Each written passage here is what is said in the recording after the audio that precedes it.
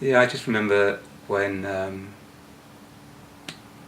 it was 7 o'clock when we went into theatre, and that half hour was just almost minute by minute. Um, Before that, it had been quite calm.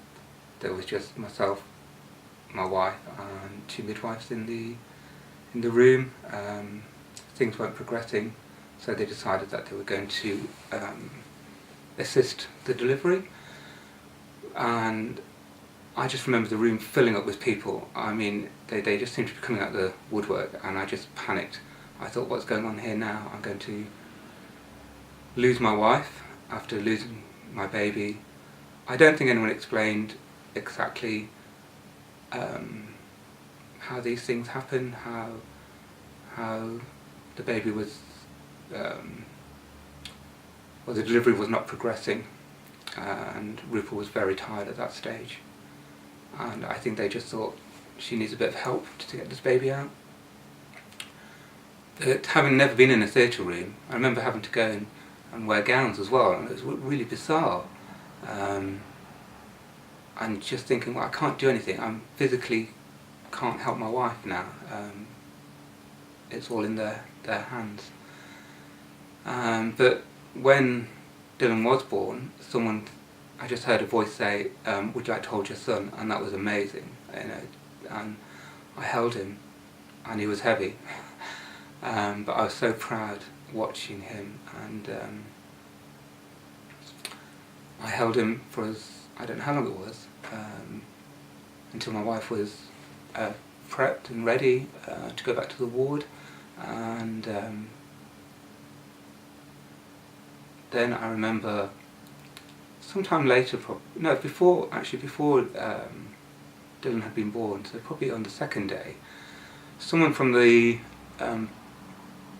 hospital had come to talk to me about arranging funerals, and there was no rapport. She did not convey any sympathy towards me or anything, and she could have been down the corridor a mile away. She was just giving me facts and figures, and it just went over my head.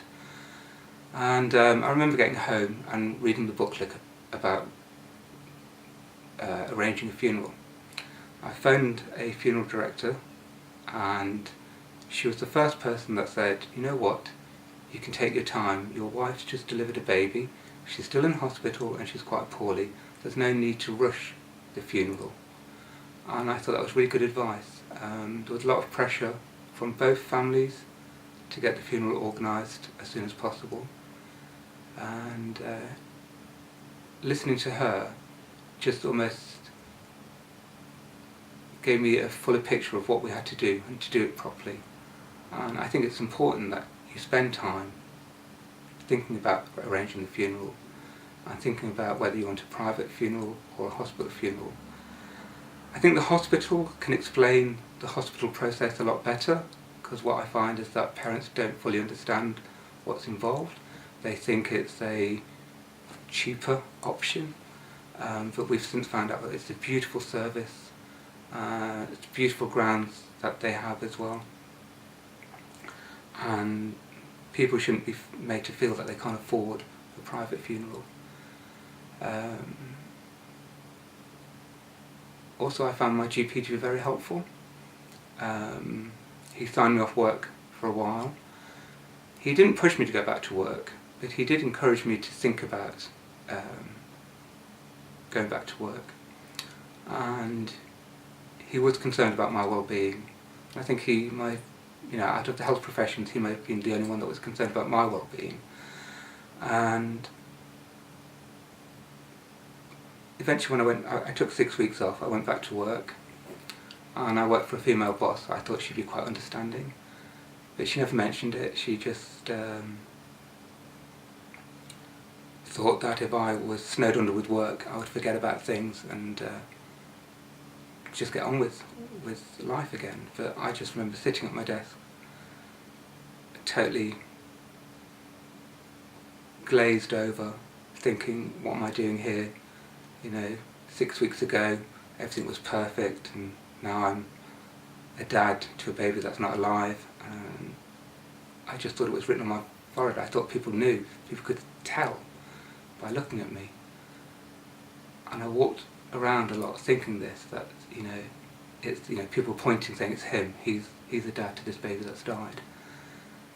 And it wasn't until I went to a SANS group probably that I connected with other guys that were there and was able to share my experience. And since then, I've worked with a lot of dads that have come to our support group and enable them to share their experience of how they're feeling, the stresses of looking after your wife or your partner, worrying about how they're coping at home on their own while you're at work, the stress that you have of going back to work, not being fully functioning and expected to carry on. It's a difficult balance. I think one of the important things is that couples need to communicate with each other.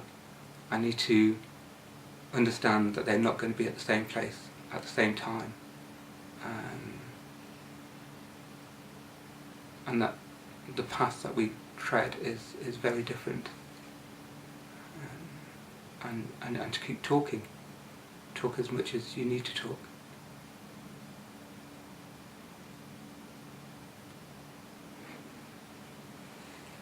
Okay. Yeah. Thank you so much.